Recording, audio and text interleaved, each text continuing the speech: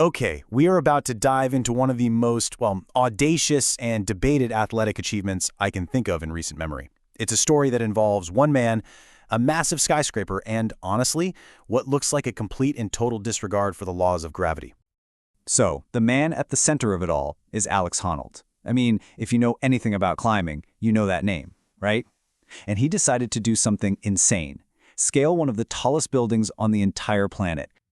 But here's the part that just blows your mind. He did it with absolutely zero safety gear. No ropes, no backup plan, nothing. It was just him, the side of this building, and a live global audience pretty much holding its breath the entire time. So how in the world did this unthinkable feat even happen? Let's break down the details.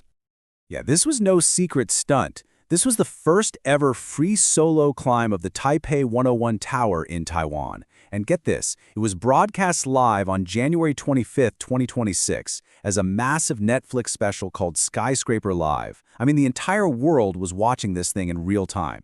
Just incredible. Okay, to really wrap your head around what he did, you've got to look at the numbers. And believe me, they are just staggering. First up, the height. We're talking 1,667 feet. That is over a quarter of a mile straight up into the sky, clinging to glass and steel. Just try to imagine that exposure, the sheer verticality of it all. It's dizzying just thinking about it. And get this, he did the whole thing in about 90 minutes. 90. That's less time than it takes to watch a movie. It just speaks to his incredible efficiency and total mastery, you know? He wasn't just climbing. It was like he was flowing up the side of that building. But that really brings up the biggest question of all, doesn't it? Why? I mean, why would anyone attempt something so unbelievably dangerous? Let's dig into the motivation behind this whole thing. So if you ask Honnold himself, he'll tell you this was not about some massive payday. He made it really clear that the personal challenge, not the money, was the real driver here. For him, it was all about pushing his own limits, engaging with this iconic building in the purest way he could. Now, look, of course there was money involved. It was a huge Netflix special after all. But reports say he was paid what they call a relatively modest sum for the broadcast. And that little detail? It really backs up his claim that the internal drive, that desire to do the impossible, that was the real prize for him. But as you can imagine, an event this extreme didn't just get a round of applause. Oh no.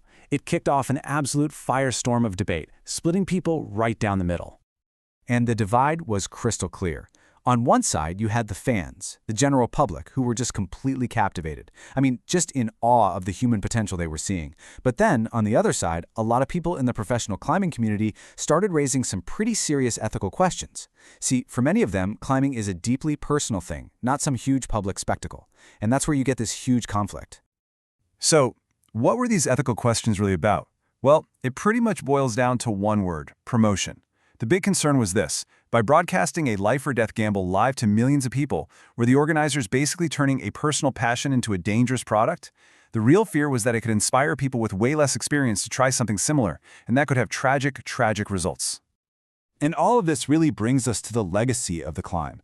Beyond the world records and the TV ratings, what does an event like this actually leave behind? What are we supposed to take away from it all? Ultimately, the whole thing leaves us with this one huge fundamental question. It was, without a doubt, inspiring, a true testament to discipline, courage, you name it. But was it also a dangerous spectacle? And maybe more importantly, where do we draw that line? Who gets to decide? That right there is the complicated legacy left behind by the man who climbed a skyscraper with nothing but his own hands and